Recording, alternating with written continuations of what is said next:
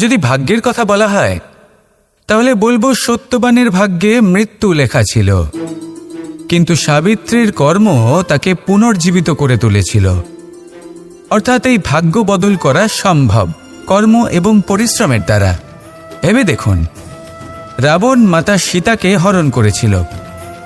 যদি শ্রীরাম সেটাকে ভাগ্য বলে মেনে নিতেন তাহলে কখনো ভাগ্য বিধাতা হয়ে উঠতে পারতেন না। ভাগ্য হলো একটা বাঁধন যেটাকে ভেঙে ফেলা খুব প্রয়োজনীয়। নিজের লক্ষ্যের কাছে পৌঁছতে হবে। হতেই পারে এই লক্ষ্য হলো পরমাত্মার কাছে পৌঁছে যাওয়া। আপনি যদি পরমাত্মার কাছে পৌঁছতে নাও পারেন, তাও সেই পথে কিছুটা অগ্রসর হতে পারছেন, তাই না? তাহলে ভাগ্যের এই বাঁধন ভেঙে ফেলুন, নিজের কর্মের দ্বারা নিজের প্রারব্ধ গড়ে তুলুন এবং আমার সাথে ভালোবেসে বলুন, রাধা রাধা। নমস্কার শ্রোতা বন্ধুরা, বঙ্কোর্স ডায়েরি চ্যানেলে আপনাদের সকলকে স্বাগত জানাই। আজকের এই ভিডিওটি থেকে আপনি ভগবান শ্রীকৃষ্ণের মূল্যবান কিছু উপদেশ জানতে পারবেন। এই মূল্যবান উপদেশগুলি আপনি কাজে লাগিয়ে আপনার জীবনে সফলতা অর্জন করতে পারবেন। তাই আজকের এই ভিডিওটি অবশ্যই মনোযোগ সহকারে শেষ পর্যন্ত দেখবেন। আর এই ভিডিওটি দ্বারা আপনি যদি উপকৃত হন তাহলে অবশ্যই একটি লাইক করবেন এবং প্রিয়জনদের সাথে শেয়ার করবেন, যাতে তারাও ভিডিওটি দেখে উপকৃত হয়। এবং আপনারা যারা এই চ্যানেলে নতুন তারা অবশ্যই চ্যানেলটি সাবস্ক্রাইব করবেন এবং বেল বাটনে প্রেস করবেন এরকম আরও অনেক ভিডিওর নোটিফিকেশান পেতে। আর কমেন্টে লিখতে ভুলবেন না জয় শ্রীকৃষ্ণ। এবার আসুন ভিডিওটি শুরু করা যাক। এটা কোনো এক সময়ের কথা। একটি শেয়াল ভুলবশত একটি নগরীতে প্রবেশ করে এবং সে সেখানে হঠাৎ ধোপাদের পাড়ায় প্রবেশ করে। নীল রং গোলা জলে পড়ে যায়। কোনো ক্রমে পালিয়ে পালিয়ে আবার সে বনে ফিরে আসে। অন্য সব প্রাণীরা ওকে দেখে আর ভয়ভীত হয়ে পড়ে। তখন সেই শেয়াল ফোন দিয়ে এটে সবাইকে বলল যে, আমি হলাম দেবদূত আর তোমাদের সকলকে রক্ষা করতে এসেছি। সবাই ওর কথা মেনেও নিল। প্রত্যেক দিন ওকে ধনধান্য খাবার এইসব প্রদান করতে লাগলো। তারপরে এমন একটি রাত এলো যেদিন দূরে কোথাও কিছু শেয়ালের দল তাকে ডাকতে শুরু করলো। আর তখন এই শেয়াল নিজেকে আটকেই রাখতে পারল না। সেও ঠিক শেয়ালের মতোই ডাকতে শুরু করলো। সকলে সেটা শুনতেও পেলেন এবং সকলে এটা বুঝতেও পেরে গেলেন যে এ হলো একটা ভণ্ড। সেই জন্য জীবনে কখনো ছলনা করবেন না। তাকে আপনি যতই লুকোনোর চেষ্টা করুন না কেন, সেটা অবশ্যই একদিন সামনে চলে আসবে। আর তার থেকেও বড় শিক্ষা হলো এটা যে কারোর জীবনে সম্পত্তি, ধন ধান্য এসব চলে আসাতে তার বুদ্ধির বৃদ্ধি ঘটে না, তার ব্যবহার শুভ হয় না। এটা তখন হয় যখন সেই ব্যক্তি সেটা নিজে পেতে চায়, তার জন্য ভাবনা চিন্তা করে, কর্ম করতে থাকে। আর যখন একজন ব্যক্তি নিজের বুদ্ধি এবং ব্যবহার উন্নত এবং শ্রেষ্ঠ করে তুলতে পারেন, তখন তিনি নির্ধন হয়েও ধন অর্জন করতে পারেন। ঠিক পদ্মফুলের মতো। একটি পদ্মফুল কিন্তু জন্ম নেয় পাকের মধ্যে। তারপরেও এই পদ্মফুল দেবতাদের প্রসাধনের অঙ্গ হয়ে ওঠে। আসুন আর আমার সাথে ভালোবেসে বলুন, রাধা রাধা। সাফল্য। সংসারের প্রত্যেক মানুষ সফল হতে চান। একটু বোধবুদ্ধি আসার পরেই সেই সাফল্যের পেছনে ছুটতে থাকেন। আজীবন এই সাফল্যের পিছনে ছুটতে থাকেন। কিন্তু এই যে সাফল্য, তা অর্জন কি করে করতে হয়? ব্যবহার দ্বারা, ছলনা দ্বারা, বল দ্বারা, অর্থের দ্বারা? দুর্ভাগ্যবশত সাফল্য এভাবে লাভ করা যায় না। সাফল্য তখন লাভ করবেন যখন আপনি অসফলতা থেকে শিক্ষা লাভ করবেন। অসাফল্য থেকে শিক্ষা লাভ করা অত্যন্ত গুরুত্বপূর্ণ। করা ভুলের থেকে শেখা অত্যন্ত গুরুত্বপূর্ণ। যদি আপনি অসাফল্যকে ভয় পান, তার থেকে দূরে পালান, তাহলে জীবনে কখনোই এগোতে পারবেন না। অসফলতা আসেই আপনাকে এটা বোঝানোর জন্য যে সাফল্য কিভাবে অর্জন করা যেতে পারে। তাহলে অসফলতাকে স্বাগত জানান, তার থেকে শিখুন। নিশ্চিত রূপে সাফল্য আপনার কাছে আসবেই আসবে।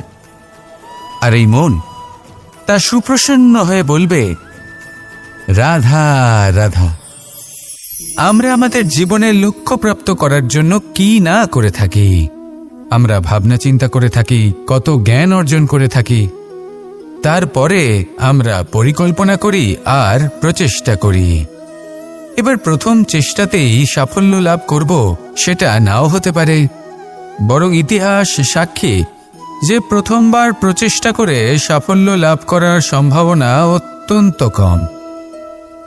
আর যে কোনো সফল ব্যক্তিকে দেখুন, আপনি বুঝবেন সেই ব্যক্তি বারবার প্রচেষ্টা করে, চেষ্টা করা থামায় না, তবেই সেই ব্যক্তি একদিন সাফল্য লাভ করেন।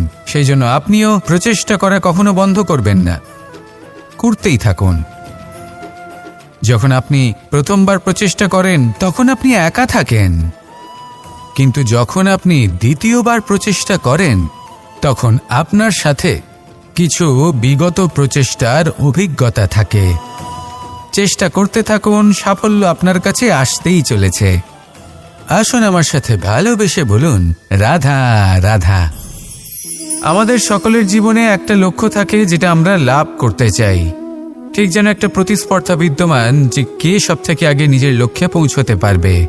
আর সেই জন্য আমরা সকলেই খুব তাড়াতাড়ি এগোতে চেষ্টা করি, বড় এবং দীর্ঘ পদক্ষেপ ফেলি যাতে তাড়াতাড়ি নিজের লক্ষ্যে পৌঁছতে পারি। কিন্তু এক অত্যন্ত গুরুত্বপূর্ণ বিষয় আছে, সবসময় লক্ষ্য সামনে থাকবে না, কখনো কখনো তা খুঁজতে হয়। এই যাত্রা খুব কঠিন হতে পারে, আর ঠিক এই কারণেই সবসময় দ্রুত গতিতে চলা বা তাড়াতাড়ি পথে চলা সেটা আবশ্যক নয়। তার থেকেও বেশি গুরুত্বপূর্ণ হলো ভেবেচিন্তে তারপর পথ চলা। যদি ভেবেচিন্তে পদক্ষেপ ফেলেন, চলতে পারেন, তাহলে সেটাই সর্বশ্রেষ্ঠ পদক্ষেপ। কখন কোন দিকে যেতে হবে, কখন কোথায় দিক পাল্টানো যাবে না, কখন গতি বেশি রাখতে হবে, কখন কম, কখন থামবো, কখন চলবো, এই সব কিছুর বিষয়ে জ্ঞান অত্যন্ত গুরুত্বপূর্ণ এবং ভেবে চিন্তে চলতেই হবে। সেই জন্য শুধু তীব্র গতিতে সামনে এগোলে চলবে না, ভাবনা চিন্তা করে এগোতে হবে।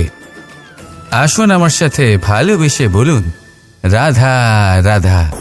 মানুষ বলে থাকেন যে জীবনে সময়ের পূর্বে এবং ভাগ্যের থেকে বেশি কিছুই পাওয়া যায় না।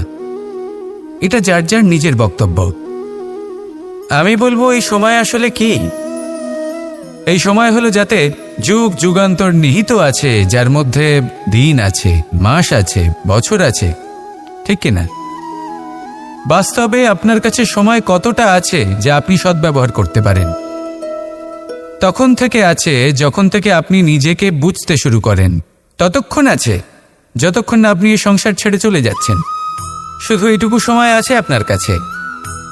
আর যদি ভাগ্যের কথা বলা হয়, তাহলে ভাগ্য হলো সেই পরিস্থিতি যখন মানুষ নিজেকে সময়ের হাতে সমর্পণ করে দেন, তাকে ভাগ্য বলে। অর্থাৎ আপনি জীবনে পরিশ্রম করেছেন, বিপদের সম্মুখীন হয়েছেন, সামনে এগিয়ে গেছেন, কোথাও পৌঁছে গেছেন, এবং তখন আপনার মনে হলো যে ব্যাস এখানেই থেমে যাওয়া উচিত, তাহলে সেটাই হবে আপনার ভাগ্য। যদি ভাগ্যের কথা বলা হয়, তাহলে বলবো সত্যবানের ভাগ্যে মৃত্যু লেখা ছিল, কিন্তু সাবিত্রীর কর্ম তাকে পুনর্জীবিত করে তুলেছিল। অর্থাৎ এই ভাগ্য বদল করা সম্ভব কর্ম এবং পরিশ্রমের দ্বারা। ভেবে দেখুন, রাবণ মাতা সীতাকে হরণ করেছিল। যদি শ্রীরাম সেটাকে ভাগ্য বলে মেনে নিতেন, তাহলে কখনো ভাগ্য বিধাতা হয়ে উঠতে পারতেন না। ভাগ্য হলো একটা বাঁধন যেটাকে ভেঙে ফেলা খুব প্রয়োজনীয়। নিজের লক্ষ্যের কাছে পৌঁছতে হবে।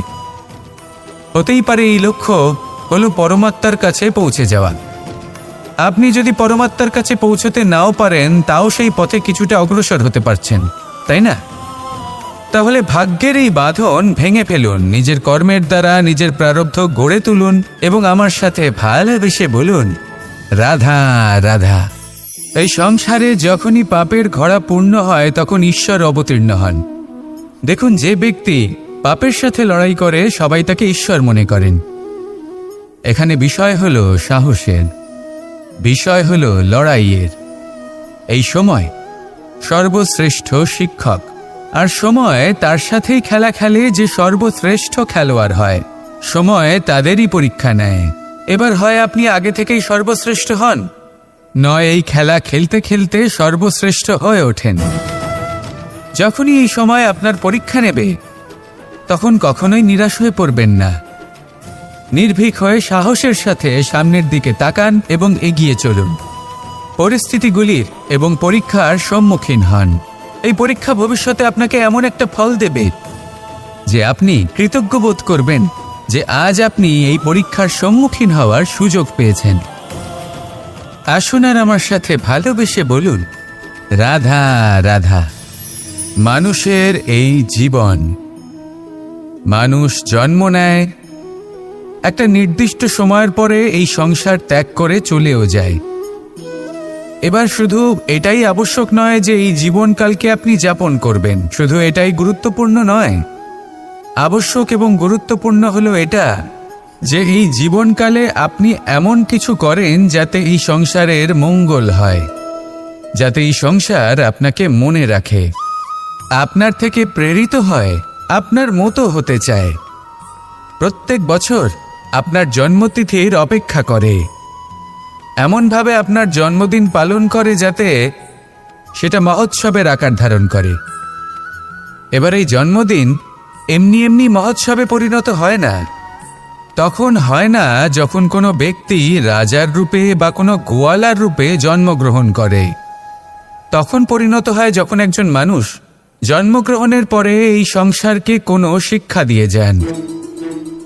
কিভাবে একজন মানুষ গোয়ালা থেকে রাজা হতে পারে, কিভাবে একজন মানুষ অসত্য থেকে সত্যের পথে চলতে শুরু করেন, অধর্ম থেকে ধর্মের পথে চালিত হতে পারেন, কিভাবে অন্ধকার থেকে প্রকাশের দিকে যেতে পারেন, কিভাবে নিজের আত্মাকে পরমাত্মার সাথে মিলিত করতে পারেন।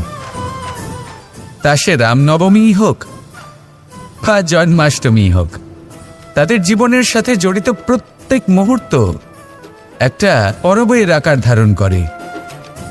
তাহলে আপনিও এইভাবে নিজের জীবন যাপন করতে থাকুন। এই সংসারে শুধু ভালোবাসা বিতরণ করুন, কিছুটা এমনভাবে বিতরণ করুন যাতে আপনি এই সংসার থেকে চলে যাওয়ার পরেও এই সংসারে আপনি শুধুই ভালোবাসা বিতরণ করতে পারেন। যদি আপনি এরকম করেন, সংসারকে প্রেরণা দেন, তাহলে আপনার জীবনও রাধা কৃষ্ণের প্রেমের মতোই অলৌকিক এবং দৈব হয়ে উঠবে। আসুন আর আমার সাথে ভালোবেসে বলুন, রাধা রাধা। কথায় আছে সংসারে নাকি সকল রোগের ওষুধ আছে।